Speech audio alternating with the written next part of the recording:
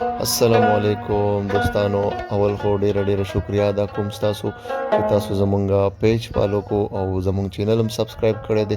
او دویم دا چې تاسو به د خیره نن بوزم ابټاباد ته او په تاسو باندې به د اریپور چې دا کومې غټې چړیانې دي دا به در باندې ګورم.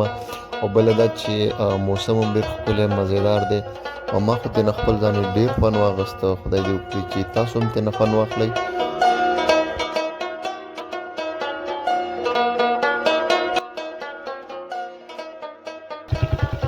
دا ډېر ښکلی لوکیشن دی، ډېره مزېدار دی یار. لکه دلته خیمه دې والي او 24 ګنټې د دې نه په اخوا چې د اریپور کومې چړیانې دي ډېرې اوچتې دي هغه شروع کېږي.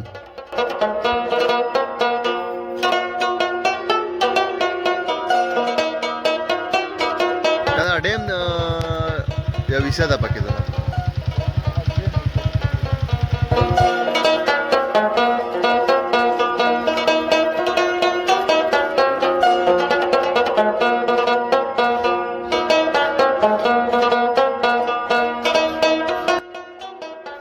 دا ټیم بس د اریپور په لاره باندې ورسره شو.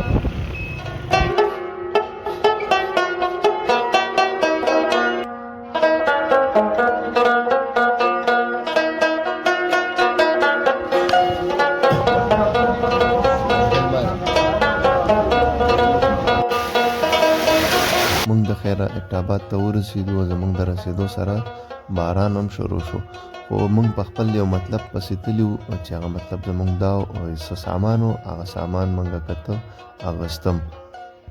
خیر سامان هم موږ وانغوستو ځکه چې سامان هغې پیسې ډېرې زیاتې ویلې او دا لاټ مال و او په دغه وجه باندې موږ پرېښودو.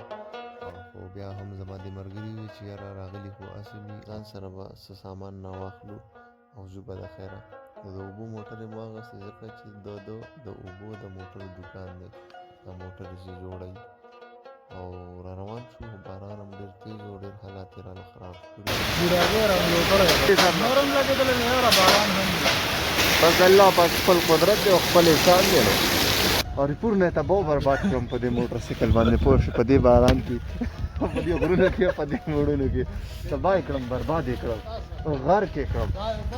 او دونه یخني مې کېږي که نه، یو خو ګوره باران نه باندې وشو او بل د خپې لاسونه مې ټول لامده وو او داسې یو درد نیسلي دي چې څه وایم. هلمټ ته اچولی د غوږونو ته، نو غوږونه خو مې ټیک دي خو خپو لاسو کې مې درد پیدا شو. لکه د مار په شان تاو شوی را تاو شوی دی. دلته راتلل ډېره مزه کوي، خو چې باران نه او موټر سایکل دسه نه ګاډی ګاډی باران نه وای یو یخ نه دې ووجلې ظالمه. نه څه د یخ نه ووجلې، یخ نه ته خپله مړ شوې. دا وګوره ټول لوند شوی.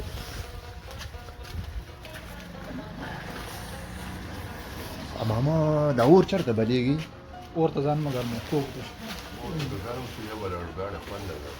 ګاډی نه چلوم، نور به دا چلوي. ځکه اوس نور به ګاډی ته چلوي. ډېرې یخني مې شوې ده یار. پهلوانه خوراک لم سره اړه یاره. ځان ته 2 کپه چای یخې ده، پوه شوې موسم.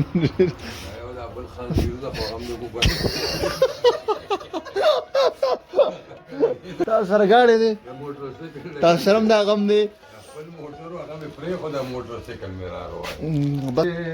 موږ چې راتلو نو نه باران و نه ښه و نه بد و، داسې را روان شوي.